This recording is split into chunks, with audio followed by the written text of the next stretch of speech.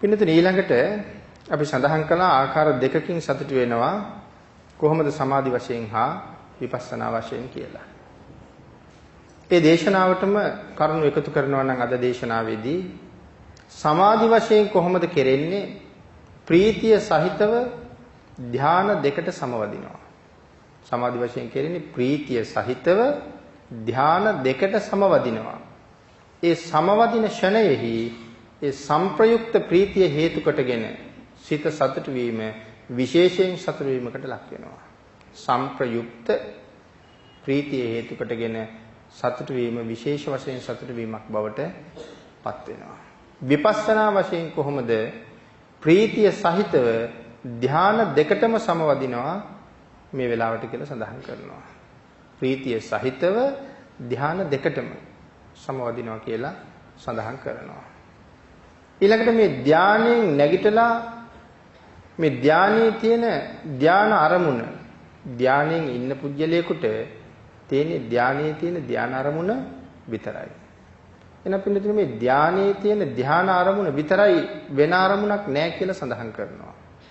ධානයෙන් ඉන්න පුජ්‍යලයකට ධාන අරමුණෙන් තොර වෙන දෙයක් නැහැ. ධාන අරමුණෙන් තොර වෙන දෙයක් එනවනම් එයා ධානයේ නෙමෙයි ඉන්නේ. අන්න ඒ නිසා මේ ආස්වාස ප්‍රාස්වාස හේතු කොටගෙන ධානයට සමවදිමින් ආස්වාස ප්‍රාස්වාස කියන ධර්මතා දෙක නිමිත්ත විතරක් තියාගෙන ඉන්නවා. ආස්වාස ප්‍රාස්වාස කියන ධර්මතා දෙකයි නිමිත්තයි තියෙනවා මේ ධානයේ ඉන්න කෙනාට. ආස්වාස ප්‍රාස්වාස නිසානේ මේ ධානයට ආවේ. ඒ නිසා ආස්වාස ප්‍රාස්වාස දෙක තියෙනවා. නිමිත්ත තියෙනවා. එහෙනම් ආස්වාස ප්‍රාස්වාස සහ නිමිත්ත දැනගනිමින්ම මේ ධානයේ ඉන්න වෙන කිසිම දෙයක් ධානයේ ඉන්න වෙලාවට මතක් වෙන්නේ නැහැ. මතක් කරන්නත් බෑ කියලා සඳහන් කරනවා. ධානයේ තියෙන ඒ ධාන අරමුණම විතරයි. ආන් ඒ ධානයෙන් නැගිටලා සාමාන්‍ය තත්වයටපත් වුණාට පස්සේ මේ එදිනෙදා සාමාන්‍යයෙන් ජීවත් වෙන කෙනෙකුට වඩා සමාධියක් ඒ පුජ්‍යලයට තියෙනවා. ධානයෙන් මිදිලා නැගිට්ටට පස්සෙත් එදිනෙදා සාමාන්‍යයෙන් ජීවත් වෙන අයට තියෙන සමාධියට වඩා සමාධියක් ඒ ධානයෙන් අවදි වෙච්ච පුජ්‍යලයට තියෙනවා. ඒ ටික වෙලාවක් යනකම් ආය වෙන බාහිරට කතාබස් වලට වැටිලා බාහිර වැඩවලට යෙදුනට පස්සේ ඒ ධානය බිඳිලා යනවා. අන් ඒ නිසා ධානගත සිතකින් නැගිට්ටා විතරයි ඒ පුජ්‍යලයටයි ඒ අන් අයට වඩා ධාන සමාධි සිතක් තියෙන්නේ. අන් ඒකට උදාහරණයක් දැක්වුවොත් කෙනෙක් නිදාගෙන ඉන්නවා. නිදාගෙන ඉන්න පුජ්‍යලයක් නිින්දෙන් අවදි වෙනවා. ආදි වෙච්ච ගමම්ම දුවන්න කිව්වොත් දුවන්න පුළුවන් වෙයිද? ආදි වෙච්ච ගමම්ම දුවන්න කිව්වොත් දුවන්න බැරි වෙනවා. මොකද තාම අර නිදි ගතිය ඇඟෙන් සම්පූර්ණයෙන් බැහැර වෙලා ගිහිල්ලා නැහැ. අන් ඒ වගේ සමාධියෙන් අවදි වෙච්ච ගමන් අවදි වෙලා හිටියට අන් අයට නැති සමාධියක් තමා තුළ තියෙනවා. ඒ කාරණාවයි එතන සඳහන් කරන්නේ. අන්න ඒ වගේ මේ ධානයේට සමවැදිලා ඉන්න මොහොතේ කිසිම අමතර දෙයක් හිතෙන්නේ නැහැ වගේ මේ ධානයෙන් නැගිට පුද්ගලයාටත් අමතර දේවල් හිතන්න හැකියාවක් නැහැ කියලා සඳහන් කරලා තියෙනවා. එහෙම හැකියාව තිබුණත් මේ ධානය ළඟම සමවැදිලා තිබ්බ බව නිසා විශේෂ සමාධියක් ඒ පුද්ගලයා තුළ තියෙනවා. බාහිර දේවල් හිතන්න හැකියාව තිබුණත් ධානය ළඟම සමවැදිලා හිටපු නිසා තාමත් විශේෂ සමාධියකම තමයි අවදි වෙලා හිටියත් ඉන්නේ. ආන් ඒ නිසා Tamanට අවශ්‍ය තැනක් විතරයි හිතන්නේ වෙන ශක්තියක් තියෙනවා. මොකද Tamanට අවශ්‍ය තැනක් විතරයි කල්පනා කරන්නේ. අනවශ්‍ය දේවල් කල්පනා කරන්න යන්නේ නැහැ. මොකද තාම මේ ධානයේ ආසන්නයේම Taman ඉන්න නිසා. ආන් ඒ නිසා පින්නතුනි අපි මේ කාරණාවේදී සාමාන්‍ය ජීවිතයේ මේ ප්‍රගුණ කරන දේවල් මේ සාමාන්‍ය ජීවිතේ ප්‍රගුණ කරන දේවල් බොහොමයක් හිතන්න යන්නේ නැහැ. මට අත්‍යවශ්‍ය දෙයක් විතරයි එතකොට හිතෙන්නේ. ඒ නිසා සඳහන් කරනවා පින්නදී කෙනෙක් මේ කාමාවචර සමාධියක් මේ ලෝකේ හරියටම එදිනෙදා වැඩක් කරගන්නත් හොඳ කාමාවචර සමාධියක්වත් තියෙන කෙනෙකුට විතරයි ඒක කරන්න පුළුවන්. අපි කියමු කෙනෙක් පාඩම් කරනවා. පාඩම් කරලා ඉවර වුණාම සමහර කෙනෙකුට කියවපුවා එකක්වත් මතක නැහැ. කියවගෙන ගියා විතරයි. සමහර කෙනෙක් පොත කියවලා ඉවර වෙලා ආයෙ පොත බලන්නේ නැතුව ඒක සාරාංශ කරනවා. පොතේ තිබිච්ච දේ සෑහෙන්න මතක තියාගෙන සාරාංශ කරලා කියනවා මේ පුතේ අන්තර්ගතය මෙන්න මේකයි කියලා. සමහර කෙනෙකුට එහෙම කරන්න බෑ. එහෙනම් අර කාමාවචර සමාධියක්. මොකද පොත කියවන වෙලාවේ කියවීම තුළ විතරයි හිටියේ. වෙන බාහිර දේවල් කල්පනා කරුවේ නෑ. තවත් සමහර කෙනෙකුට කියවන්න ගත්තාම අකුරු දිහා බලාගෙන කියවනවා. හැබැයි මෙතෙක් ජීවිතේ කල්පනා වෙච්ච නැති දේවල් සාමාන්‍යයෙන් ඉඳගෙන කල්පනා කරනවට වඩා වැඩියෙන් මේ කියවන වෙලාවට මතක් වෙන්න පටන් ගන්නවා. නමුත් පොතත් කියවනවා. කියවලා පොත වහලා තිබ්බට කියුවේ මොනවද කියලා මොකවත්ම මතක නැහැ. එහෙනම් එතකොට කාමාවචර සමාධියක් ඒ පිළිබඳව නැහැ. ඒ නිසා පොතක් හරියට කියවුවොත් මතක තියාගන්න කාමාවචර සමාධියක් තියෙන්න ඕනේ. යම් සමාධියක් තියෙනවා පොත කියවන කෙනාට ඒකට කියන්නේ කාමාවචර සමාධිය. එතකොට යම් වැඩක් කරනකොට වාහනයක් එලවනකොටත් මේ කාමාවචර සමාධියක් තියෙනවා. ඊට සිහි කල්පනාවෙන් ඒ වැඩේ කෙරුවේ නැත්තම් අනතුරක් වෙන්න තියෙන බලපෑම ඊටාම වැඩි. කැත්තෙන් පිහියෙන් වැඩ කරනකොටත් ඒ සමාධියක් තියෙන්න ඕනේ. මම මේ වැඩ කරන්නේ මොන ආයුධෙන්ද මොන උපකරණයෙන්ද මේක කොහොම උපකරණයක්ද කියලා පරිස්සමට පිහිපාර කැතිපාර කොටනකොට පරිස්සම් වුණේ නැත්තම් ඒක අතේ පයේ වැදිලා ඊට වඩා ලොකු හානියක් වෙනවා. ඒ කියන්නේ ඒ හැමතැනම කාමාවචර සමාධියක් තියෙනවා. ඒ සමාධියෙන් තොර වුණොත් එයාට ඒකෙන් කරදරයක් වෙන්න තියෙන ඉඩකඩම වැඩි වෙනවා. එහෙනම් කරන්න එළඹුණ වැඩේ Tamanට හානියක් නොකරගෙන හරියටම කරන්න පුළුවන් වෙන්නේ යම් ඌ කාමාවචර සමාධියක් තියෙනවා නම් විතරයි. අන්න ඒ නිසා කල් සඳහන් කරනවා යම් කෙනෙක් යම් ක්‍රියාවක යෙදෙනවා නම් ඒ ක්‍රියාව හරියටම කරන්න පුළුවන් වෙන්නේ ඒ පිළිබඳව ඇති වෙන මනාව වූ සමාධියක් තුළ විතරයි. කල්පනාවක් තුළ විතරයි.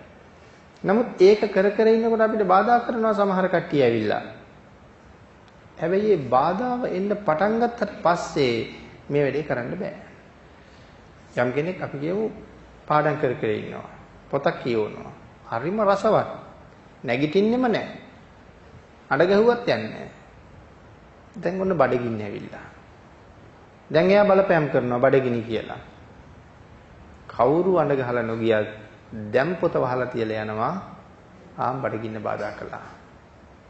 එහෙම නැත්නම් පොත කියවනකොට නිදි මතක් වෙනවා. නෑ අද නම් කොහොම හරි මේ පොත කියවනවා කියලා කල්පනා කරනවා. මූණේ වතුර ගගා හරි කියවන්න උත්සාහ කරනවා. දන්නේම නැතුව ඉඳගෙනම පොත දිහා බලාගෙනම S2 පිය වෙනවා.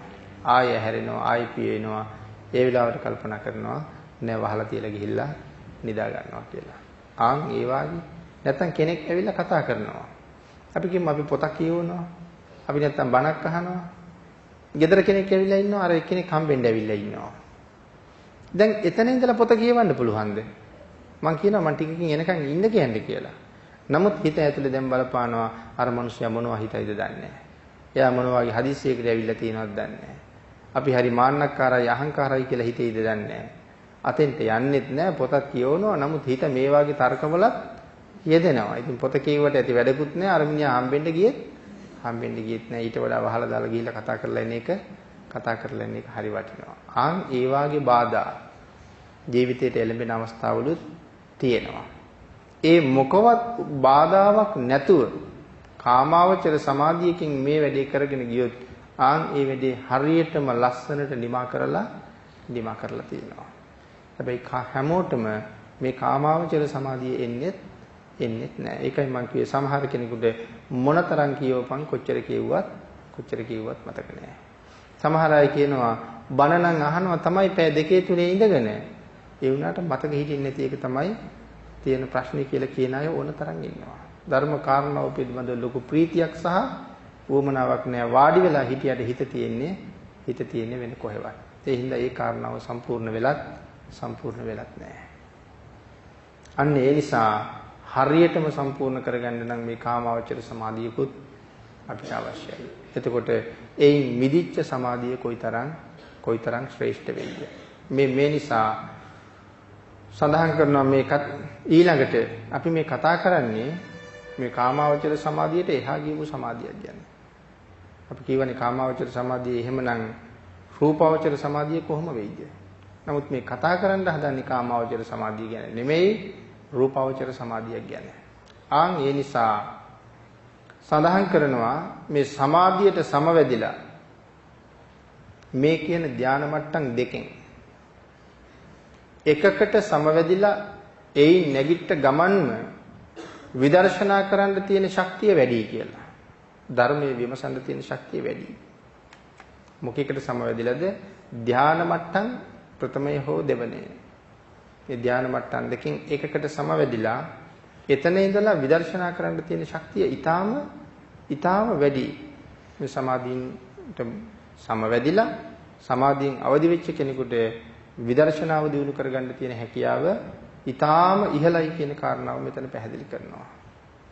එහෙම ධානයෙන් නැගිටලා ධානයේහි තියෙන ප්‍රීතියම ඒ ප්‍රීතියට කොයිතරම් සමවදින්න ඕනේද? නැත්නම් ධානයෙන් නැගිටලා ධානයේහි තියෙන ප්‍රීතියම නැති වෙනවා. ඒ කියලා කියන්නේ ධානයේට සමවැදිලා ධානයේ තියෙන ප්‍රීතියම නැති වෙනවා. මොකද මේ ධානයේ තියෙන ප්‍රීතියම නැති වෙනවා. අනිත්‍ය ස්වභාවයෙන් දකින්න කියලා කියන්නේ. ධානයේට සමවැදිලා ඉන්නකොට පුදුම ප්‍රීතියක් තියෙනවා.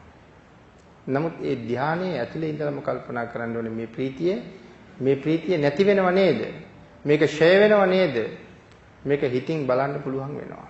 ධානයේට සමවැදිලා ඉන්නේ ඒ ධාන ප්‍රීතිය දකිනවා විඳිනවා දැන්. ඒ විඳින අතරෙම මෙනෙහි කරනවා අනේ මේ ප්‍රීතිය නැති වෙනව නේද? මේ ප්‍රීතිය ෂය වෙනව නේද කියලා. ඒ ධානය ඇතුලේ ඉඳගෙනම ඒක බලන්න පුළුවන් වෙනවා. අන්න ඒ වගේ සඳහන් කරනවා බංගානුපස්සන ආදී වශයෙන් හඳුන්වන මේ විදර්ශනා දැකීම් වලට යෙදෙන්න පුළුවන් වෙනවා. ඒ ධානයේ ඇතුලේ ඉඳලම අනිත්‍යතාවය දකිනවා වගේ මේ ධානයේ තුලට සමවැදිලා මේ විදර්ශනා දැකීම් වලට ඒ දැකීම් දකින්න ඒ දැකීම් සිහිපත් කරන්න පුළුවන් වෙනවා. මොකද හොඳ විදර්ශනා ඥානයක් තියෙන කෙනෙකුට මේ අනිත්‍යතාවය දකින්න පුළුවන් වෙන්නේ. නැත්තම් අනිත්‍යයි කියලා කිව්වට අපි ඔක දැක්කේ නෑනේ වචන වලින් කිව්වා විතරනේ. නිසා හොඳ විදර්ශනා ප්‍රඥාවක් තියෙන කෙනෙකුට විතරයි හරියටම අනිත්‍යතාවය දකින්න පුළුවන් වෙන්නේ. ඒ නිසා සඳහන් කරනවා මේ විදර්ශනා දැකීම් වලට යොමු වෙන්න පුළුවන් වෙන්නේ මෙන්න මේ වාගේ පුද්ගලයෙකුට විතරයි කියලා.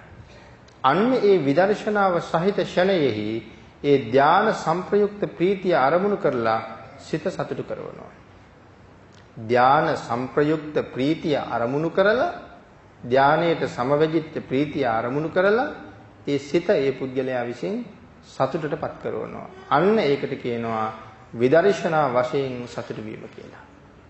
ධානයේ තුලින් සතුටු වෙනවා. ඒකට කියනවා විදර්ශනා වශයෙන් විදර්ශනාව තුළින් හරියටම දැකලා සතුට වෙනවා කියන එකට කියනවා විදර්ශනා වශයෙන් සතුට වෙනවා කියලා.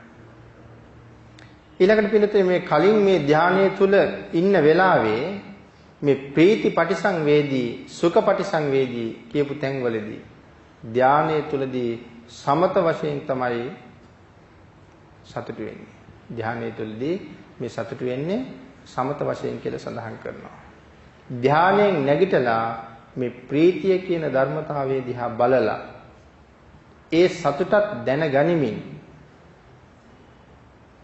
මේ ප්‍රීතියෙහි ලක්ෂණය හා කෘත්‍ය වෙන වෙනම අවබෝධ වෙලා ධානයේහි ලක්ෂණය හා කෘත්‍ය වෙන වෙනම අවබෝධ වෙලා නැත්නම් සතුට දැනගනිමින්ම ප්‍රීතියෙහි ලක්ෂණය හා කෘත්‍ය ධානයේහි ලක්ෂණය නෙමෙයි ප්‍රීතියෙහි ලක්ෂණය හා කෘත්‍ය. දැන් එහෙනම් අපේට මතකයි අපි ප්‍රීතියෙහි ලක්ෂණය හා කෘත්‍ය කතා කළා.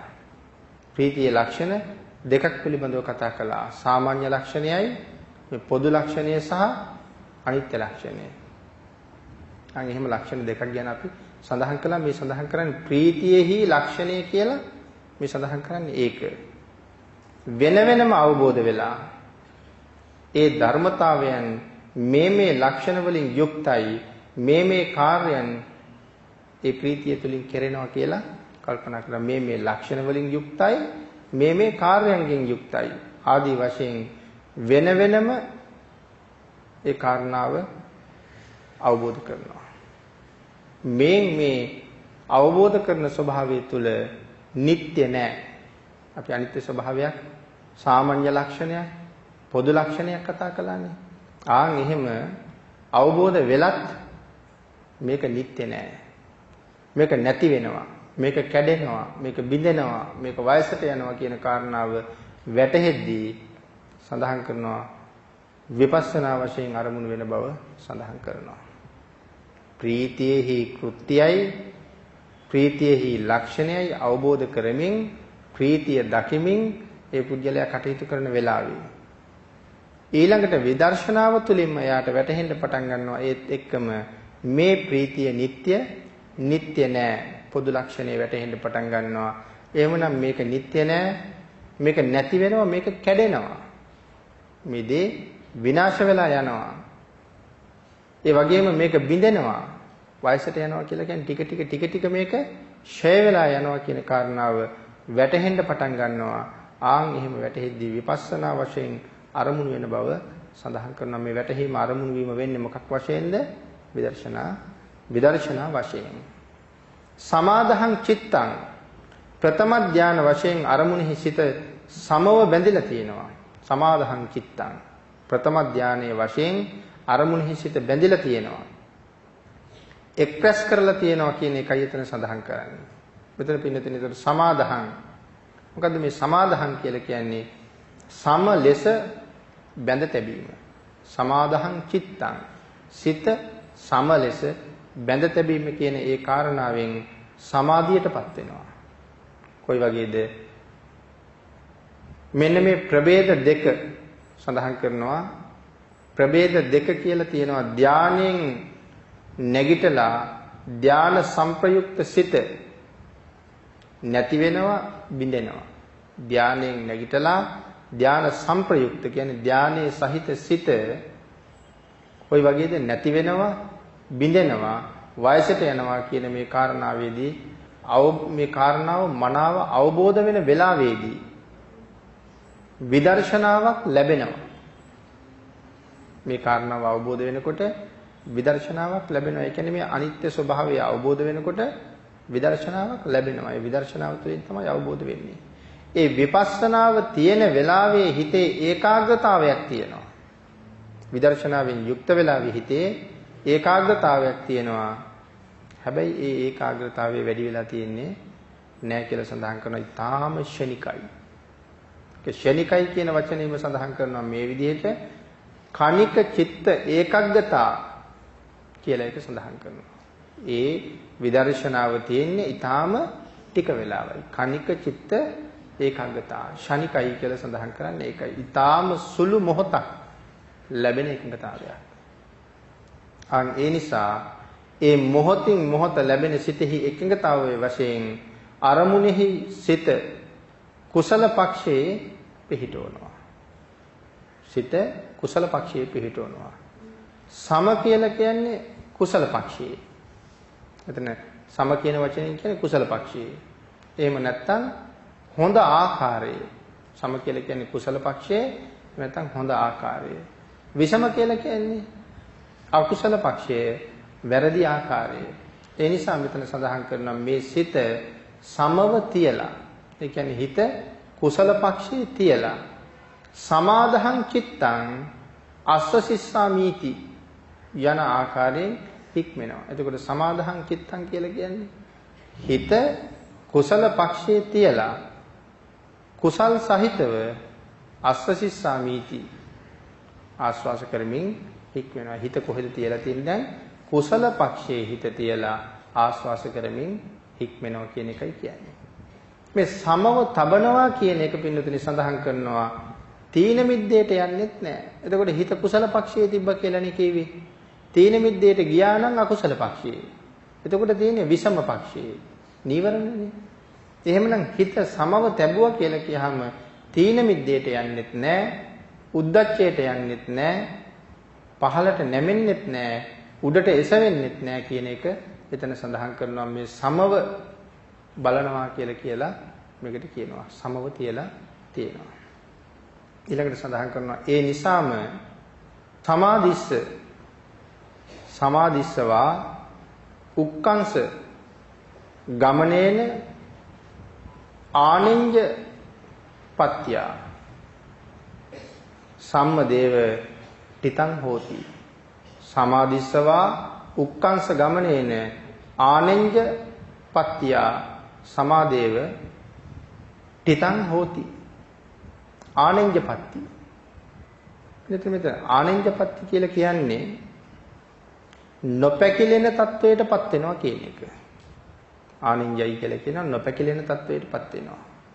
එතකොට ආනෙන්ජ සමාධි කියලා කියන්නේ අරහත් ඵල සමාධියට කියලා සඳහන් කරනවා. ආනෙන්ජ සමාධිය කියලා කියන්නේ රහත් බවට.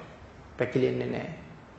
ආනෙන්ජාභි සංඛාර කියලා කියන්නේ අරූප ධානවල තියෙන සමාධියට කියලා සඳහන් කරනවා. ආනෙන්ජාභි සමාධි කියලා කියන්නේ අරූප ධානවල තියෙන සමාධියට. ඒ අරූප ධානවල තියෙන සමාධියට ආනෙන්ජාභි සංඛාර කියලා කියන්නේ මොකද කියලා විස්තර කරනවා. අනෙක් රූපාවචර සමාධීන් සමග බලද්දී ඊට වඩා වැඩි සමාධියක් තියෙන නිසා අරූප ධානවලට ඒ විදිහට කියනවා කියලා සඳහන් කරනවා. රූපාවචර සමාධීන්ට වඩා වැඩි සමාධියක් තියෙන නිසා ආනෙන්ජාභි සංඛාර කියලා කියනවා. ආනෙන්ජ සමාධි කියලා කියන්නේ සෝවාන් සකදාගාමි අනාගාමි කියන ඵල සමාපත්තීන්ට සමවැදුන පුද්ගලයාට වඩා නොසැලෙන ගුණය වැඩි නිසා අරහත් ඵල සමාපත්තියට ආනෙන්ජ සමාධි කියලා කියනවා. සෝවාන් සකදාගාමි අනාගාමි උත්තමයන්ට වඩා ඉහළ සමාධියක් නොසැලෙන සමාධියක් තියෙන නිසා ආනෙන්ජාභි සමාධි කියලා කියනවා රහතන් වහන්සේට තියෙන සමාධියට. ඒ නිසා මෙතන සමාධං කියලා කියන්නේ ඒ නොසැලෙන ආකාරයට මේ කුසල ධර්මයන් එකට බැඳලා තබලා තියෙන නිසා මේ නමින් හඳුන්වනවා කියලා සඳහන් කරනවා. විමෝචයන් චිත්තං අස්සසිස්සාමිති සික්කති. විමෝචයන් චිත්තං අස්සසිස්සාමිති සික්කති කියලා කියන්නේ සිත විශේෂයෙන් මුදවමින් ආස්වාස කරන්නෙමි ප්‍රාස්වාස කරන්නෙමි කියලා හිතනවා. සිත විශේෂයෙන් මුදවමි කියලා ආස්වාස කරනවා ප්‍රාස්වාස කරනවා. මොන වගේද මේ මුදවන්නේ කියලා සඳහන් කරනවා. ප්‍රථම ධානයේට සමවදින්න උවමනා නිසා නීවරණ වලින් මුදවනවා. සිත විශේෂයෙන් මුදවනවා කියලා කීවේ එතකොට මොන වගේ මුදවමින්ද මේ ආස්වාස ප්‍රාස්වාස කරන්නේ? නීවරණ වලින් මුදවමින්. ප්‍රථම ධානයේට සමවදින්න ඕනේ හින්දා හිත නීවරණ වලින් මුදවමින් ආස්වාස ප්‍රාස්වාස කරනවා. විශේෂයෙන් නීවරණ වලින් මිදිලා ප්‍රථම ධානයේට සමවදින නිසා කියනවා ප්‍රථම ධානයේදී සිත නීවරණයන්ගෙන් මුදවනවා කියලා. ප්‍රථම ධානයේට සමවදින්න නම් නීවරණ වලින් මිදෙන්න ඕනේ. ඒ නිසා නීවරණ වලින් සිත මුදවනවා කියලා මෙතන සඳහන් කරනවා. ඊළඟට පින්නතුනි සඳහන් කරනවා ඊටාම අමාරුවෙන් නීවරණ වලින් මිදලා ප්‍රථම ධානයේට සමවැදිලා ආකාර පහකින් එමෙ ධානයේ ප්‍රගුණ කරලා බැලුවහම අවබෝධ වෙනවා මේ ප්‍රථම ධානයේ තියෙන අංග පහ අතර විතක්ක ਵਿਚාර කියන අංග දෙක ප්‍රාථමිකයි කියලා. පහත් උසස්යයි කියලා හඳුන්වන්න බෑ. ප්‍රථම ධානයේ තියෙන අංග පහෙන් විතක්ක ਵਿਚාර. අපි මේ කාරණා සාකච්ඡා කෙරුවා. ප්‍රථම ධානයේ තුල තියෙන කාරණා ටික විතක්ක, ਵਿਚාර, ප්‍රීති, සුඛ, ඒකාග්‍රතාව. ඒවා ප්‍රථම ධානයේ තියෙනවා. එතකොට මේ ප්‍රථම ධානයේ තියෙන අංග පහෙන් මේ විතක්ක, ਵਿਚාර කියන අංග දෙක ඊටාම ප්‍රාථමිකයි. පහත් මට්ටමේ තියෙන්නේ උසස් මට්ටමේ නෑ කියලා වැටහෙන්න පටන් ගන්නවා. උසස් යයි හඳුන්වන්න බෑ කියලා සඳහන් කරනවා. වැටහෙනවා උසස් නෑ විතක්ක, ਵਿਚාර. එම නිසා මේ විතක්ක ਵਿਚාර අතහැරලා මේ ධානයට සමවදින්න පුළුවන් නම් හොඳයි කියලා සඳහන් කරනවා. වීරය කරද්දී ඒක අතහැරලා යනවා. දෙවන ධානයට සමවදින්න පුළුවන් වෙනවා. ඒ දෙවන ධානයේ සමාදින්න පුළුවන් වෙන්නේ මොකක් හින්දාද? විතක්ක ਵਿਚාර අතහැරිච්ච හින්දා. දෙවන ධානයට යනකොට විතක්ක ਵਿਚාර අතහරින්න පුළුවන් වෙච්ච නිසා දෙවන ධානයට සමාදින්න පුළුවන් වෙනවා. දෙවන ධානයේදී විතක්ක ਵਿਚාරයන්ගෙන් සිත මුදවනවා. ඒ සිත මුදවලා තියෙන දෙවන ධානයෙන් මුදවනවා. පින්වතුනි මෙම ධානයේට සමවදින විට විමෝචයන් චිත්තං. මොකද්ද මේ විමෝචයන් චිත්තං කියලා කියන්නේ? සඳහන් කරනවා විමෝචයන් චිත්තං. මෙතන සඳහන් කරනවා විමෝචයන් චිත්තං කියලා කියන්නේ විතක්ක ਵਿਚාරයන්ගෙන් මිදිලා ආස්වාස කරමි කියලා කියන එක දෙවන ධානයේදී තියෙනවා. විතක්ක ਵਿਚාරයන්ගෙන් මිදිලා ආස්වාස කරමි කියන හික්මීම විමෝචයන් චිත්තං අස්ස සිස්සාමීති පස්ස සිස්සාමීති කියලා සඳහන් කරනවා. ප්‍රථම ධානයේදී විමෝචයන් චිත්තං කියලා මෙනෙහි කරනවා නම් ප්‍රථම ධානයේදී විමෝචයන් චිත්තං කියලා මෙනෙහි කරනවා නම් කාමච්ඡන්දයෙන් සිත මුදවමින් ආස්වාස කරමි ප්‍රාස්වාස කරමි ව්‍යාපාදයෙන් තීන මිද්දෙන් උද්දච්චයෙන් කුක්කුච්චෙන් විතිකිච්ඡාවෙන් සිත මුදවමි කියලා ආස්වාස කරනවා නම් ඒක මෙතන අදහස් කරනවා. ඒ කියන්නේ නීවරණයන්ගෙන් මිදෙනවා කියන කාරණාව සඳහන් කරනවා. නීවරණයන්ගෙන් මිදිලා ආස්වාස කරමි ප්‍රාස්වාස කරමි කියලා හිත හික්මවනවා හැම වෙලාවෙම මේ ප්‍රථම ධානයේදී විමෝචයන් චිත්තං කියලා මෙනෙහි කරනවා නම් තමයි එහෙම සඳහන් කරන්නේ. කාමච්ඡන්දයෙන් සිත මුදවනවා. ව්‍යාපාද තීන මිද්ද උද්දච්ච කුක්කුච්ච ආදී කාරණා වලින් හිත මුදවනවා ප්‍රථම ධානයේදී. ඒ කාරණාව එහෙම සිහිපත් කරලා සඳහන් කරලා තියෙනවා මේ විදිහට සිත මුදවමින්ම මේ කාරණාව සිදු වෙනවා කියලා.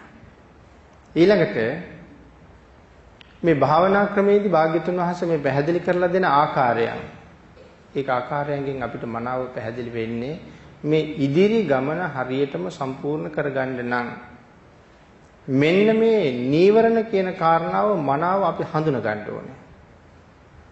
නීවරණ හරියටම හඳුනාගෙන නීවරණ යටපත් කරගෙන නීවරණ ප්‍රහීණය කරන්න හැම වෙලාවෙම හිත දියුණු කරන්න ඕනේ. ඊළඟට මේ සීලබ්බත පරාමාස කියලා කාරණාවකුත් සාකච්ඡා කරනවා. ඒ සීලබ්බත පරාමාස තියෙන්නේ නීවරණ ඇතුලේ නෙමෙයි. එතකොට මොකද්ද මේ සීලබ්බත පරාමාසය කියලා කියන්නේ? දස සංයෝජන වලයි මේක පැහැදිලි කරන්නේ. වැරදි සීල වෘත බුදුරජාණන් වහන්සේ දේශනා කරපු විදිහටම හරියටම මේ සීලයක් සමාදන් වෙන්න ඕන. වැරදි වෘතයක් ඔස්සේ ඒ ගමන යන්න බෑ. එහෙනම් සීල් සමාදන් වෙන්න භාග්‍යතුන් වහන්සේ ක්‍රම තුනක් පැහැදිලි කළා. ශ්‍රේෂ්ඨත්වයට යන ක්‍රම තුනක්. දැන් අපි මම හිතන්නේ ක්‍රම තුන දන්නවා අපි මේක සාකච්ඡා කළා. විරති තුනක් පැහැදිලි කළා. පළවෙනි එක සම්පත්ත විරති. දෙවෙනි එක සමාදාන විරති. තුන්වෙනි එක සේතු ඝාත විරති කියලා විරති තුනක් තියෙනවා. මොකද මේ සම්පත්ත විරති කියන්නේ? සම්පත්ත විරති කියලා කියන්නේ සාමාන්‍යයෙන් සම්පත්ත විරතිය තියෙන අය අපේ සමාජයේ ඕන තරම් ඉන්නවා. සමහර අය කතා කරනවා අපි අමුතුවෙන් සිල් සමාදන් වෙන්න ඕනේ නැහැ. අපි පන්සිල් කඩන්නේ නැත්තම් සිල් කැඩෙන දේවල් අපි අතින් කෙරෙන්නේ නැත්තම් අමුතුවෙන් සිල් ගන්න ඕනේ නැහැ. ඒ නිසා අපි ගාව නිතරම සිල් තියෙනවා. හැබැයි ඒක ඒ තරම් උසස් හැඟීමක් නම් වෙන්නේ නැහැ. මොකද පරම්පරාවෙන්ම සිල් කඩන්නේ නැති අයත් ඉන්නවා. එහෙම හිතන අය ඉන්නවා. මගේ අම්මා සිල් කඩලත් නැහැ. මගේ තාත්තා සිල් කඩලත් නැහැ. මගේ සීයා සිල් කැඩුවෙත් නැහැ. මගේ ආච්චි සිල් කැඩුවෙත් නැහැ. ඒ නිසා අපි අතින් සිල් කැඩෙන්නේ නැහැ කියලා ඉන්නවා. නමුත් භාග්‍යතුන් වහන්සේ ඒක අගය කරලා නැහැ. එහෙනම් සමාදාන විරතිය ඊට වඩා හොඳයි. සමාදන් වෙන්න ඕනේ. බුදුරජාණන් වහන්සේ ළඟ පොරොන්දු වෙන්න ඕනේ. ස්වාමීනි මම ප්‍රාණඝාතයෙන් වැළකීමේ ශික්ෂාපදයේ සමාදන් වෙමි. එහෙමනම් දිවි හිමියෙන්ම මම මේ ප්‍රාණඝාතය සිද්ධ කරන්නේ නැහැ. එතකොට තව කෙනෙකුට ඕනනම් සමාදන් වෙන්න පුළුවන්. එක දවසකට සමාදන් වෙන්න බැරිද? එක දවසකට සමාදන් වුණේ නැහැ. ඉතින් ඊට වඩා වටිනවා දිවි හිමියෙන් සමාදන් වෙන එක. අපි මෙහෙම කියමුකෝ ගොවියෙක් ඉන්නවා. දැන් ගොවියා නිසා එයාට කෘමිනාශක පාවිච්චි කරන්න වෙනවා. වර්තමානයේ හැටියට එයාට කෘමිනාශක පාවිච්චි කරන්න වෙනවා. එතකොට එයා කොහොමද මේක සමාදන් වෙන්නේ? එතකොට මේගොල්ලන්ට ලොකු බයක් ඇති වෙන්න පුළුවන් නේ. එහෙනම් මට සිල් ගන්නම බැරිද කියලා. දැන් අපි හිතමුකෝ පින්නතේ මේ එක සිල්පදයක් එක දවසක් හරියට පොරොන්දු වෙලා රැක්කත් ඒක පුදුම ආනිසංස සහිතයි. එතකොට මේ සිල්පද පහෙන් එකක් රැක්කත් ඒකත් පුදුමාකාර ආනිසංස සහිතයි. හැබැයි සමාදන් වෙලා අර විදිහට පොරොන්දු වෙලා. දැන් අපි කියමු මේ ගොවියා මෙයා එළවලු ගොවියෙක්. මෙයා හැමදාම සතියේ සෙනසුරාදාට මෙයාට තෙල් ගහන්න සිද්ධ වෙනවා. අපි කියමු බ්‍රහස්පතින්දා සිකුරාදා දෙකේ මෙයා එළවලු ටික කඩලා ඊළඟ බ්‍රහස්පතින්දා සිකුරාදාට කලින් මෙයා හැමදාම තෙල් ගහන කෙනෙක්. ඒතකොට මෙයාට සමාදන් වෙන්න පුළුවන් හැමදාම තෙල් ගහන්නේ සෙනසුරාදාට. එහෙනම් මේ සෙනසුරාදා නැත්තම් මේ ඉරිදා සමාදන් වෙනවා අද ඉඳලා. ලබන සිකුරාදා වෙනකන් ප්‍රාණඝාතය කියන සිල්පදයේ මැරුවත් කඩන්නේ නැහැ මම. දිවි හිමියෙන් ප්‍රාණඝාතය රකින්නවා. එතකොට දවස් 5ක් මෙයා පුදුමාකාර වීරියක් වඩන්නනේ දිවි හිමියෙන් කියලානේ පොරොන්දු වෙලා තියෙන්නේ. දිවි හිමියෙන් කඩන්නේ මේ දවස් 5 රැකෙන සීලයම අප්‍රමාණ ආනිසංස සහිතයි. ඒකත් ඊටාම වටිනවා. එහෙම නැත්නම් දිවි හිමියෙන් මුළු ජීවිතේම සිල් කඩන්නේ නැහැ. එහෙම පොරොන්දු වෙන්න පුළුවන් නම් ඒක ඊටාම ශ්‍රේෂ්ඨයි. ඒක ඊටාම උත්තරීතරයි. ඉතින් බුදුරජාණන් වහන්සේ ගොවිතැන් කරන්න එපා කියලා කොතනවත් අහනම් කරලා නැහැ. හැබැයි කෘමිනාශක යොදන්න කියලා කිසිම තැනක දේශනා කරලා නැහැ. අපි අර ගොවිය සම්බන්ධයෙන් කරපු පැහැදිලි කිරීම ඒක ප්‍රඥාවෙන් තේරුම් ගන්න මිසක් ඒක වැරදියට තේරුම් ගන්නත් එපා. සිල් පදයක තියෙන වටිනාකම ආරක්ෂා කිරීමේ තියෙන වැදගත්කම පැහැදිලි වෙන්නයි ඒ කාරණාව සඳහන් කළේ. එහෙමනම් සමාදාන විරතිය. ඒකයි සඳහන් කළේ දිවි හිමියෙන් කියලා හැම වෙලාවෙම සිල් සමාදන් වෙන්න කියලා. සේතුඝාත විරති කියලා කියහම සේතුඝාත විරති කියලා කියන්නේ යම් පාපයක් වෙන්න තියෙනවා නම් මා තුල යම් කාරණාවක් යම් හේතුවක් තියෙනවා නම් ඒ හේතුවම ඝාතනය කරලායි තියෙන්නේ. හේතුවක් නැහැ. මේ බොරු කියනවා කියන එක මගෙන් වෙන්න කිසිම හේතුවක් නැහැ. බොරුවක් කියවෙන්න තියෙන හේතුවම මා විසින් ඝාතනය කරලා උගුල්ලා ඉවර කරලා විනාශ කරලාමයි තියෙන්නේ. ඒ නිසා මගේ කටින් බොරුවක් පිට වෙන්න හේතුවක් ඇත්තෙම නැහැ. මගේ අතින් ප්‍රාණඝාතයක් වෙන්න හේතුවක් ඇත්තෙම නැහැ. ඒ කියන්නේ මං ගාව ඒ පිළිබඳව තණ්හාවක් ඇත්තෙම නැහැ. බොරු කියන තණ්හාවක් ඇත්තෙම නැහැ. ප්‍රාණඝාත කරන තණ්හාවක් ඇත්තෙම නැහැ. ඒක අති ශ්‍රේෂ්ඨයි. මේ හේතුව ඝාතනය කරපු විරතිය ඊටාම ශ්‍රේෂ්ඨයි. එතකොට සීලබ්බත පරාමාස පිළිබඳව සඳහන් කරාම වැරදි සීල වෘත අපි අනුගමනය කරනවා බොහෝ වෙලාවට. ඒ වැරදි සීල වෘත සියල්ලෙන්ම මිදෙන්න ඕනේ. හරියටම භාග්‍යතුන් වහන්සේ දේශනා කරපු සීලමය ප්‍රතිපදාව මොකක්ද කියලා මනාව අවබෝධ කරලා තේරුම් අරගෙනම මේ ගමන ඉස්සරහට යන්න තියෙනවා නම් තමයි ඊටා වටින්නේ. එහෙම සීලයක් සමාදන් වෙච්ච පුද්ගලයෙකුට තියෙනවා සීල විසුද්ධිය කියන එක. මේ සීල විසුද්ධියත් එක්ක මේ ගමන යන කෙනාට ඒ ගමන හරි ඉක්මන් සැකවලින් තොරව විතිකිච්ඡාවෙන් තොරව එයා වේගෙන් ඉස්සරහට යනවා සීල විසුද්ධියෙන් යුක්ත පුද්ගලයා. ඒ නිසා මනාව සීලබ්බත පරාමාසයෙන් වැළකෙන්න ඕනේ. මේ නීවරණ ධර්මයන් ප්‍රහාණය කරන්න හැම වෙලාවෙම ප්‍රහීණය කරන්න හැම වෙලාවෙම වීරිය වඩන්න ඕනේ. එහෙම පුද්ගලයෙකුට මේ මග ඉස්සරහට වේගෙන් යන්න පුළුවන්කම තියෙනවා. එhmenan ධර්ම දේශනාවට තියෙන කාලය නිමා වෙමින් පවතින නිසා අපි ගිය දේශනාව නිමා වෙනකොට අද පුංචි කාරණාවක් සාකච්ඡා කරමු කියලා මතක් කළා දේවදත්ත ස්වාමීන් වහන්සේ ගැන. අපි ඒ කාරණාවට චුට්ටක් ඉඩ යොදාගෙන ඒ කාරණාව සාකච්ඡා කරමු. දේවදත්ත ස්වාමීන් වහන්සේ පංච අභිඥා අෂ්ට සමාපatti තිබ්බ කෙනෙක්. නමුත් උන්වහන්සේ නිරේගාමී වුණා. නිරේගාමී වෙනකොට පංච අභිඥා අෂ්ට සමාපatti නැහැ. මේ නිරේගාමී වෙනකොට නෙමෙයි. උන්වහන්සේ සංඝ ભેදේ කළා. සංඝ ભેදේ කරන්න හිතනකොටම මේ අවිඥා ඔක්කොම පිරිහෙනවා. හිතනකොටම පිරිහෙනවා. ඊට මේ ආනන්තරීය පාප කර්ම කියලා කර්ම පහක් තියෙනවානේ. ඒ කර්ම පහෙත් තියෙනවා බලවත්ම ආනන්තරීය පාප කර්මය. මේ පහෙත් බලවත් එකක් තියෙනවා. ඒ බලවත් එක තමයි සංඝ ભેදය. බලවත්ම ආනන්තරීය කර්මය සංඝ ભેදය. සංඝයා ભેද කළොත් පිළිතුර ඒක කොයිතරම් බලවත්ද කියලා තියෙනවා. මෙතන මේ ආනන්තරීය කියලා කියන්නේ න අන්තරීය කියන එකයි. න අන්තරීයයි කියලා කියන්නේ අතරක් නැහැ. අතරක් නැහැ කියලා කියන්නේ මේ කයෙන් හුස්ම ටික පිට වෙනවත් එක්කම ඇහි පිල්ලම් ගහන කාලයක් නැහැ නිරේ. ඒකයි න අන්තරීය කියලා කියන්නේ. මේ පහ ආනන්තරීය කිව්වේ ඒකයි. කොයි තරම් භයානකද මේ පව් පහ. ඇහි පිල්ලම් ගහන කාලයක්වත් නැහැ නිරේට යන්න. මේ පහෙත් බලවත්ම එක බවට පත් වෙනවා සංඝ ભેදය. මොකද මේ අවීචියට ගියොත් අන්තර්කල්පයයි අවශ්‍ය. එතකොට කල්පය ගැන කල්පනා කරාම අසංඛ්‍ය කල්ප 4ක් තියෙනවනේ. මහා කල්පයේ ඇතුලේ අසංඛ්‍ය කල්ප 4ක් තියෙනවා. එක අසංඛ්‍ය කල්පයක් ඇතුලේ අන්තර්කල්ප 64ක් තියෙනවා. මහා කල්පයේ ඇතුලේ අසංඛ්‍ය කල්ප 4යි. එක අසංඛ්‍ය කල්පයක් ඇතුලේ අන්තර්කල්ප 64යි. ඒ අන්තර්කල්ප 64න් කල්පය පවතිනවා. එක අසංඛ්‍ය කල්පයක කල්පය පවතිනවා. අනිකේ විනාශ වෙමින් පවතිනවා. අනිකේ විනාශ වෙලා පවතිනවා. අනිකේ හැදෙනවා. එතකොට මේ කල්පය පවතින මුල්ම අසංඛ්‍ය කල්පයේ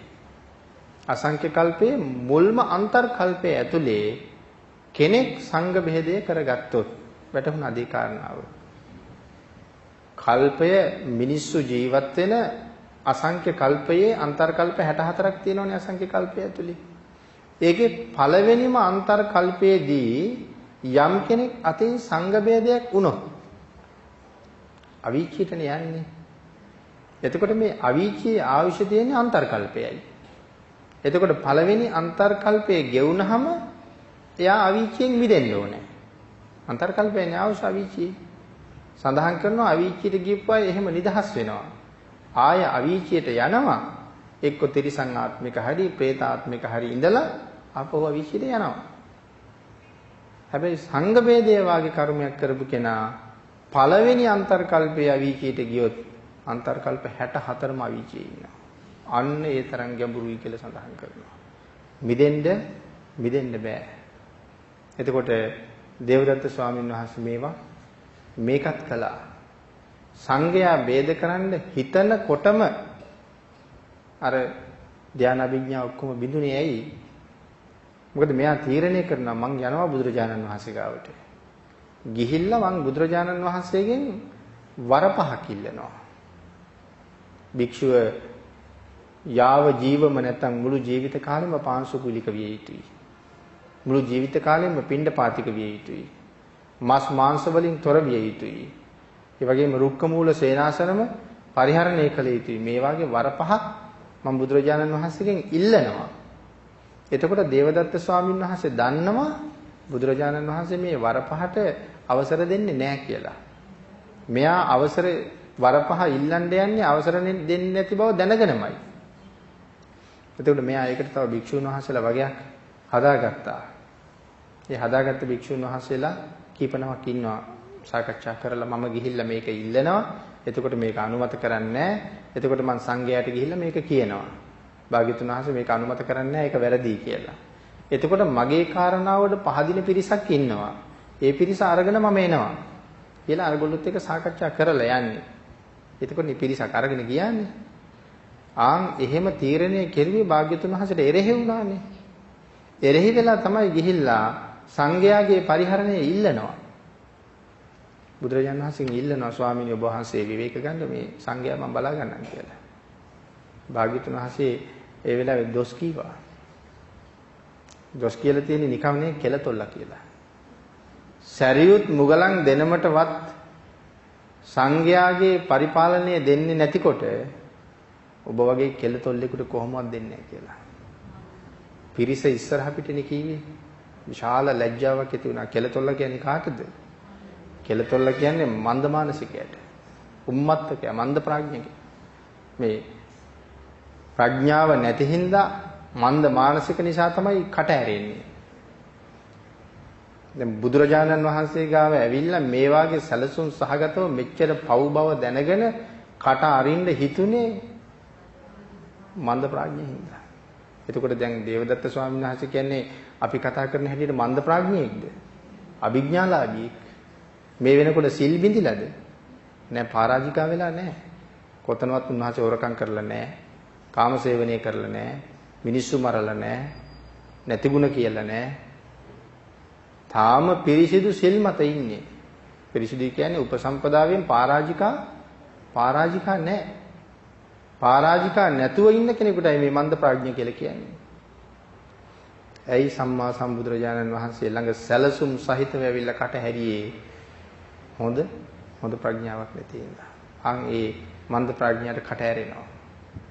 ටික වෙලාවක් ඉන්නකොට කට ඇරගෙන කෙල වැක්කිරෙන්න පටන් ගන්නවා. ඒකට තමයි කෙලතොල්ලා කියලා කියන්නේ. එහෙනම් මේ වෙලාවේ භාග්‍යතුන් වහන්සේ සංඝයාගේ පාලනය ඉල්ලන වෙලාවේ සඳහන් කළා ඔබ වගේ මන්ද බුද්ධිකයෙකුට කොහොමද සංඝයාගේ පාලනය දෙන්නේ? සරියුත් මුගලන් දෙනකොටවත් දෙන්නේ නැතිකොට. ඒකට කේන්ති ගියා. කේන්ති අරගෙන තමයි සංඝයා ભેද කරගෙන අරන් ගියේ. ඉතින් සංඝ ભેද කර්මය කියන අති දරුණු ආනන්තරීය පාප කර්මයක් කරගත්තා. එතකොට දැන් මේ භාග්‍යතුන් වහන්සේගේ වචනය අතහැරපු තැනම සරණ බිඳුණා. එහෙනම් අපි මේ සතිපට්ඨාන දේශනාව පුරාමත් පින්නතුනි කතා කළා මේ සරණ යනවා කියන එක. දැන් එතකොට තේරෙනවද උපසම්පදා සීලය බිඳගත්තේ නැහැ. නමුත් සරණ බිඳුණා. එහෙනම් මේ අවීචියේ ඉන්නේ සරණත් බිඳිලා. සංඝ ભેදේ කළා විතරක් නෙමෙයි සරණත් බිඳගෙන අවීචියේ ඉන්නේ. එහෙනම් මට සිල් තියනවා කියලා හිතුවට බෑ. තෙරුවන් කියන එක අත්‍යවාරමයි. සරණ යනවා කියන එක අත්‍යවාරමයි. ඒකයි මේ දේශනාව පුරාම අපි සාකච්ඡා නොකලත් මේ සරණ යාම හැම වෙලාවෙම මතක් කරගන්න. ඒක අති අවශ්‍යම කාරණාවක් බවට පත් වෙනවා.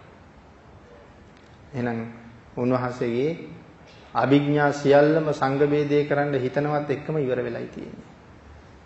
ඒ නිසා සංඝ ભેදයක් කෙරුවා තිසරණත් නැති කරගත්තා.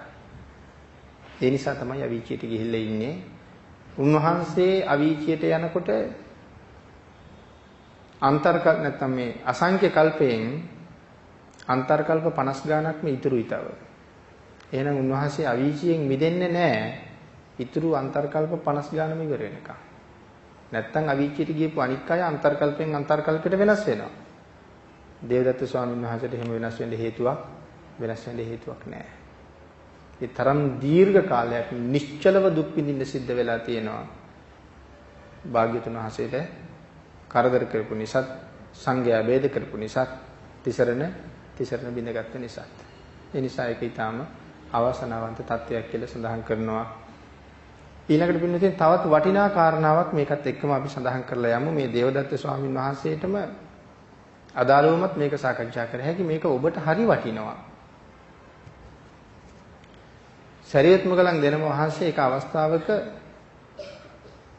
එක විහාරස්ථානයකට ගිහිල්ලා වස් සමාදන් වුණා.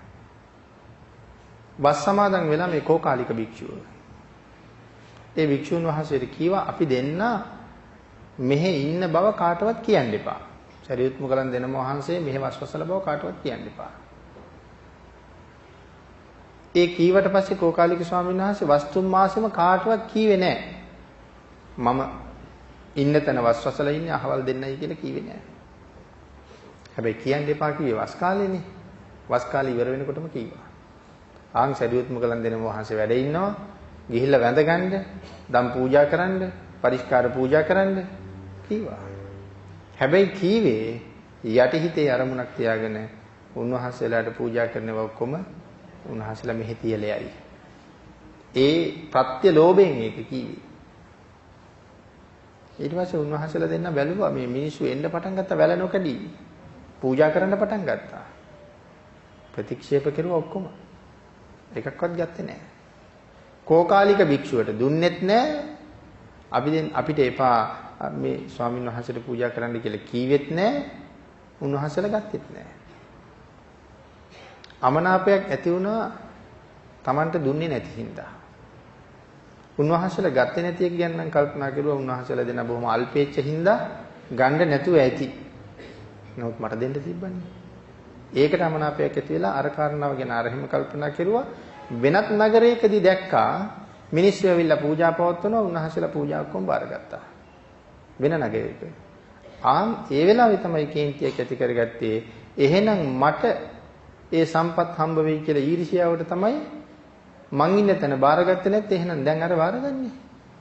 එහෙනම් මිනිස්සු රවට්ටනවා මේ දෙන්න. බොරු සිල් පෙන්නනවා.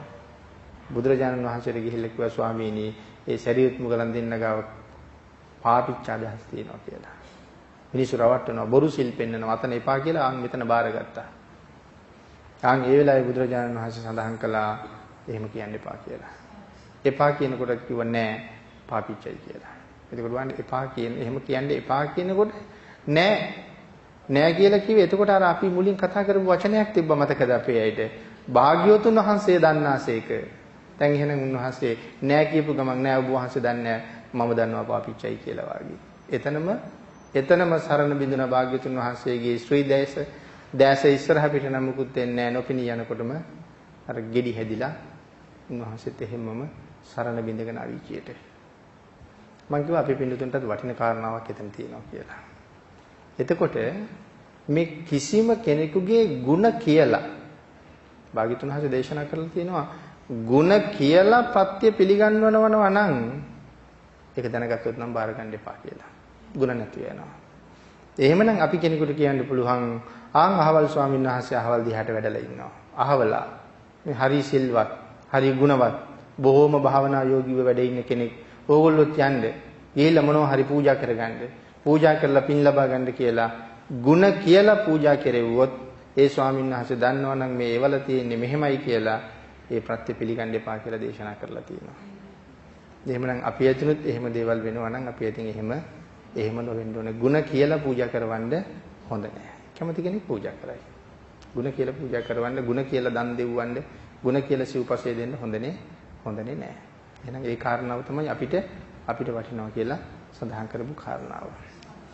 එහෙනම් ධර්මදේශනාවේ කාලය නිමා වෙලායි තියෙන්නේ. නමුත් මේ චූටි ප්‍රශ්නයක් යොමු කරලා තියෙනවා. ඒකට චූටි උත්තරයක් දීලා අපි දේශනාව ඉවර කරමු. මේ කවුරු හරි ප්‍රශ්නයක් අහලා තියෙනවා. ඔබ වහන්සේගේ දේශනාවක් ආශ්‍රයෙනි මට ධර්මයක් පැහැදිලි නොවු හේයින් මේ ආසමී දේශනාවට බාධාවක් වූයේ නම් සමාවාය දිමි කියලා සඳහන් කරනවා. බුදුරජාණන් වහන්සේ කතරගම විෂ්ණු නාථහා පත්තිනි දෙවියෝ ගැන සඳහන් කර නොමැති බව දැනගතිමි. කතරගම කිරිවෙහෙර මහා ഘോഷ නම් දිව්‍ය රාජ්‍යයකට බාර දුන් බවද දැනගතිමි. එසේනම් තථාගතයන් වහන්සේ වෙත යම් දෙවිවරු ගැන වෙනත් යම් දෙවිවරු ගැන සඳහන් කර තිබේද කියලා ප්‍රශ්නයක් අහලා තියෙනවා. බුදුරජාණන් වහන්සේ සඳහන් කරලා නැහැ විෂ්ණු කියලා දෙවි කෙනෙක් ගැන. ඒක මේ ත්‍රිපිටකයේ කිසියම් තැනක තියෙනවා දැක්කොත් අපි පින්නතුන් එහෙම නැත්නම් වෙන කෙනෙක් කීවොත් වහාම හොයලා අරගෙන ඇවිල්ලා මේ ධර්ම සභාවෙම මේ වාගේ අහන්න. ඔය ත්‍රිපිටකයේ 84000ක් ධර්මස්කන්ධයේ කිසිම තැනක විෂ්ණු කියලා දෙවි කෙනෙක් ගැන හම්බ වෙන්නේ නැහැ. භාග්‍යතුන් වහන්සේ එහෙම කෙනෙක් ගැන දේශනා කරලම නැහැ. එහෙනම් විෂ්ණු කියලා දෙවි කෙනෙක් සම්මා සම්බුද්ධ ශාසනයේ ඇත්තෙම නැහැ. ඊළඟට අහනවා නාත දෙවියෝ ගැන. නාත කියලා දෙවියෙකුත් බුද්ධ ශාසනයේ නැහැ. දැන් හුඟක් දෙනා හිතාගෙන ඉන්නවා නාත දෙවියෝ කියලා කියන්නේ මෛත්‍රී බෝසතාණන් වහන්සේ කියලා. මන් දන්නේ මෛත්‍රී බෝසතාණන් වහන්සේට අපහාස කරලා පවුරව ගන්නවද කියලා. මෛත්‍රී බෝසතාණන් වහන්සේට නාත කියලා කියන්නේ නැහැ. නාත දෙවියෝ කියලා උන්වහන්සේගේ නමෙන් අපි යමක් කරනවා නම් ඒක වංචාවක්. එහෙනම් භාග්‍යතුන් වහන්සේ එහෙම දෙවියෙක් ගැන දේශනා කරලත් නැහැ. ඊළඟට කතරගම දෙවියෝ කියලා කෙනෙක් ගැන බුදුරජාණන් වහන්සේ දේශනා කරලත් නැහැ. කතරගම දෙවියන්ට අපි ස්කන්ධ කුමාර කියලාත් කියනවා. ස්කන්ධ කුමාර කියලා කියන්නේ Hindu දෙවියෙක්. මේ විෂ්ණු ආදී දෙවිවරු ඉන්දියාව පුරාම ඉන්නවා. විෂ්ණු දෙවියන්ට ඉන්දියාව පුරාම පූජා පවත්වනවා. ස්කන්ධ කුමාර දෙවියන්ටත් ඉන්දියාවෙත් බොහොම පූජා පවත්වනවා. ඉතින් එහෙමනම් ලෝකේ ඉන්න හොඳම බෞද්ධයෝ ඉන්න ඕනේ ඉන්දියාවේ. එනකොට භාග්‍යතුන් වහන්සේගේ ආඥාව තියෙන්නේ භාග්‍යතුන් වහන්සේගේ දේශනාව හරියට පිළිහිටලා තියෙන්නේ මෙහෙ කියලා. එහෙනම් අපි මේ රටේ එච්චරම විෂ්ණු පූජා පවත්වනවද මන් දන්නේ නැහැ. කෙසේ වෙතත් භාග්‍යතුන් වහන්සේ එහෙම කෙනෙක් සඳහන් කරලා නැහැ. අපි තව හරියට බොරුත් කියනවා බුදුරජාණන් වහන්සේ විෂ්ණු කියලා දෙවි කෙනෙකුට ශාසනය බාර දුන්නා කියලා. දන්නේ නැතුව කියහම ලේසි පවක් කියලා හිතෙනවද? භාග්‍යතුන් වහන්සේ දීලා නැති දෙයක් මේ කියන්නේ. උන්වහන්සේ අනුමත කරලා නැති වචනයක් මේ කියන්නේ. උන්වහන්සේ එහෙම දෙවියෙක් ගැනවත් කතා කරලා නැහැ. අපි සඳහන් කරනවා නිකන් ඇයි ඔබ වහන්සේ බාර දුන්නේ විෂ්ණු දෙවියන්ට මේ ශාසනය කියනවා වගේ කතාවක් නේ අපි කියන්නේ. එතකොට ඒක කොයිතරම් පෞසිද්ධ වෙයිද කියලා හිතන්න වෙනවා. එහෙනම් විෂ්ණු දෙවියෝ කියලා කෙනෙකුට බුදුරජාණන් වහන්සේ සම්බුද්ධ ශාසනය බාර කරලා නැහැ. උපුල්වන් කියලා දෙවි කෙනෙක් පිළිබඳව පිටකේ සඳහන් කරනවා. උත්පලවන්න. ඒ විෂ්ණු නෙමෙයි. සමහර කෙනෙක් මේ කාරණාව මගෙන් මේ පංචපුබ්බ නිමිත්ත සූත්‍රයෙන් වෙන්දේ යහන්න ඇත්ත. තව කෙනෙක් මගෙන් කතා කරලත් ඇහුවා. when who කියලා සූත්‍රයේ ත්‍රිපිටකයේ තියෙනවා. ඒ විෂ්ණු දෙවියෝ ගැනයි සඳහන් කරලා තියෙන්නේ කියලා. එහෙම සූත්‍රයක් තියෙනවා නම් ඒක විෂ්ණු දෙවියෝ ගැන සඳහන් කරපු සූත්‍රයක් නෙමෙයි. සූත්‍රය කියවලා බැලුවොත් වැටහෙයි කවුරු ගැන කියලා ඇද්ද කියලා. කතරගම දෙවියෝ කියලා කෙනෙක් ගැන බුදුරජාණන් වහන්සේ දේශනා කරලා නැහැ. ඉතින් කතරගම දෙවියෝ කියලා සඳහන් කරනවා නම් මහා ഘോഷ දිව්‍ය රාජයා ගැන තමයි සඳහන් කරන්න වෙන්නේ. මොකද අපි බුදුරජාණන් වහන්සේ තුන්වෙනි ලංකා ගමනේ ලංකාවට තුන්වෙනි වතාවේ වැඩම කළාට පස්සේ කතරගමට වැඩියා.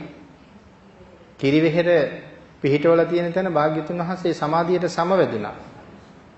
මේ මහසෑය, තූපාරාමයේ, ශ්‍රී මහ බෝධිය පිහිටන තැන්, මිරිසවැදිය පිහිටන තැන් ඒ දිව්‍ය රාජවරුන්ට බාර කළා වගේම කිරිවෙහෙර පිහිටන තැනත් බුදුරජාණන් වහන්සේ බොහොම පින් කරපු දෙවියෙකුට කතා කරලා බාර කළා. ආන් ඒ දෙවියන්ට තමයි විශාල ഘോഷ කියලා කියන්නේ. එහෙම නැත්නම් මහා ഘോഷ කියලා කියන්නේ ඒ දෙවියන්ට. එතකොට කතරගමනේ කිරිවෙහෙර තියෙන්නේ. එහෙනම් කිරිවෙහෙර බාර දුන්නේ මහා ഘോഷ දිව්‍ය රාජයාට නම් කතරගම බාර දීලා තියෙන්නේ මහා ഘോഷ දිව්‍ය රාජයාට. එහෙනම් පින් දෙනව නම් පින් දෙන්න ඕනේ මේ සම්‍යද්දෘෂ්ටික දිව්‍ය රාජයාට මිසක් මේ මිත්‍යා දෘෂ්ටික දෙවියන්ට පින් දීලා පූජා පවත්වලා අපිට කවදාවත් සංසාරයෙන් එතර යන්න වෙන්නේ නැහැ. නමුත් මේ සත්පුරුෂයෙකුට පින් දුන්නාම අපිට ලොකු ආශිර්වාදයක් හම්බ වෙයි. කතරගම දෙවිය කියලා කෙනෙක් පත්තිනි දෙවියෝ වගේ කියලා කෙනෙක් දේශනා කරලා නැහැ. නමුත් මේ පත්තිනි දෙවියන්ට පූජා පවත්වන තැන් අපේ රටේ ඕන තරම් තියෙනවා. ඒ තැන් වල ගිහිල්ලා යාතිකාත් වෙනවා. මතු බුදු වෙන පත්තිනි දෙවියනි. ඉතින් එතනම මේ කාන්තාවකට බුද්ධත්වයේ ලබන්න බැරි බවම පිටකේ පැහැදිලිවම දේශනා කරලා තියෙනකොට පත්තිනි දෙවියෝ කියන්නේ කාන්තාවක්. ඇයට කියනවා මේ මතු බුදු වෙන පත්තිනි දෙවියනි කියලා. එතනම මිත්‍යා දෘෂ්ටිකයි. එහෙනම් එහෙම කෙනෙක් ගැනත් භාග්‍යතුන් වහන්සේ දේශනා කළා නැති බව මේ වෙලාවේ බොහොම කෙටියෙන් සිහිපත් කරනවා මේ ප්‍රශ්නේ අහලා තිබ්බ නිසා. එhmenan අදත් ධර්ම දේශනාවේ දායකත්වයේ සුපුරුදු පරිදි දීපලාල් විජේරත්න මැතිතුමා, හිමාලී ප්‍රියංජලා විජේරත්න මැතිණිය දායකත්වයේ ධර්මින් ඒ වගේම දූ දරුවන් දයාබරණීය මෑණියන් ඒ අය සම්බන්ධ කරගෙන තමයි අදත් දායකත්වයේ දරන්නේ. ආශිර්වාද කරනවා නිදන ප්‍රාප්තියටපත් වුණ දීපලාල් විජේරත්න මැතිතුමාගේ දයාබරණීය දෙමව්පියන්ටත් විජේරත්න මැතිණියගේ පියාණන් ඇතුළු සියලු දෙනාටම වර්ග පරම්පරාවේ මව්පස පියපස දෙපාර්ශ්වයේ නිදන ප්‍රාප්තියටපත් වුණ සියලුම ඥාතීන්ට මේ ධර්ම දානමය පින්කමෙන් රැස් කරගන්නා වූ සියලුම පුණ්‍ය ධර්මයන් අනුමෝදන් වේවා. සංසාර ගමනේ පින් බලාපොරොත්තු තැන්වල ඉපදලා ඉන්නවා නම් මේ මහා කුසල් ලබාගෙන සාංශාරික ජීවිත සුවපත් කරගනිත්වා කියලා ආශිර්වාද කරමින් සුජීවත්ව ඉන්න මෑණියන්ටත් දූ දරුවන් සියලු දෙනාටම රත්නත්‍රයේ ආශිර්වාදයෙන් නිදුක් බව නිරෝගී බව චිරජීවනයේ උදාපත් වේවා. මේ ධර්ම දේශනා මාලාව සිදු කර ගැනීම සඳහා නන්නාකාරයෙන් උදව් උපකාර කරන සියලු දෙනාටමත් මේ පින් අයිති වේවා. සද්ධර්ම ශ්‍රවණය කරන්න පැමිණෙන ලොකු කුඩා සියලු දෙනාටමත් තුනුරුවන්ගේ ආශිර්වාදයෙන් නිදුක් බව නිරෝගී බව චිරජීවනයේ උදා වේවා. සියලු දෙනාටම වහවහ ධර්මාවබෝධය ලැබේවා. ඒ වගේම දීපලාල් විජේරත්න මැතිතුමාටත් හිමාලී ප්‍රියංජලා මැතිණියටත් මේ සිද්ධ කරන්නා වූ මහත් වූ සත්කාරය නිසා ඒ අයට ඊ타ම ඉක්මන් භවයක ඊ타මත්ම කෙටි කාලයකින් සුඛ සහගත ප්‍රතිපදාවෙන් ආර්ය සත්‍ය අවබෝධයෙන් සැනසීම සඳහාම මේ මහා කුසලයේ පාරමිතාවක් වේවා කියලා අපි සියලු දෙනා ආශිර්වාද කරමු. ඒ වගේම අපි හැමෝම රැස් කරගත්ත සියලුම පුණ්‍ය සම්භාර ධර්මයන් යම් තරමකින් රෝගාතුරව සිටින බෞද්ධ නාලිකාවේ අතිගරු සභාපති අවසරයි දරණාගම කුසල ධම්ම නායක මාහිමිපාණන් වහන්සේට අපි සියලු දෙනා බොහෝම ශ්‍රද්ධාසිතින් සතුටු සිතින් යුක්තව අනුමෝදන් කරවමු. මේ රැස් කරගත් මහානුභාව සම්පන්න කුසලයාගේ බලයෙන් උන්වහන්සේට ඉක්මන් සුවය, නිදුක් බව, නිරෝගී බව, චිර ජීවනයේ වහවහ උදාපත් වේවා කියලා අපි ආශිර්වාද කරමු. මේ සියලුම දෙනාට ඊ타ම ඉක්මන් භවයක ඊ타මත්ම කෙටි කාලයකින් සුඛ සහගත ප්‍රතිපදාවෙන් ආර්ය සත්‍ය අවබෝධයෙන් සැනසෙන්න මේ මහා කුසලයේ පාරමී වේවා කියලා ප්‍රාර්ථනා කරමු. ආකාශට්ඨා ච බුම්මට්ඨා දේවා නාග මහිද්దికා පුඤ්ඤන්තං අනුමෝදිත්වා චිරං රක්ඛන්තු ලෝක සාසනං දේවෝ වස්සතු කාලේන සස්ය සම්පatti හෝතු ච පීතෝ භවතු ලෝකෝ ච රාජා භවතු ධම්මිකෝ අභිවාදන සීලිස්ස නිච්ඡං බුද්ධාපචායිනෝ චත්තාරෝ ධම්මා වඩ්ඩಂತಿ ආයුවන්නෝ සුඛං බලං ආයුරාෝග්‍ය සම්පatti සග්ග සම්පatti මේවච අතෝ නිබ්බාන සම්පatti ඉමිඤාතේ සමිජ්ජතු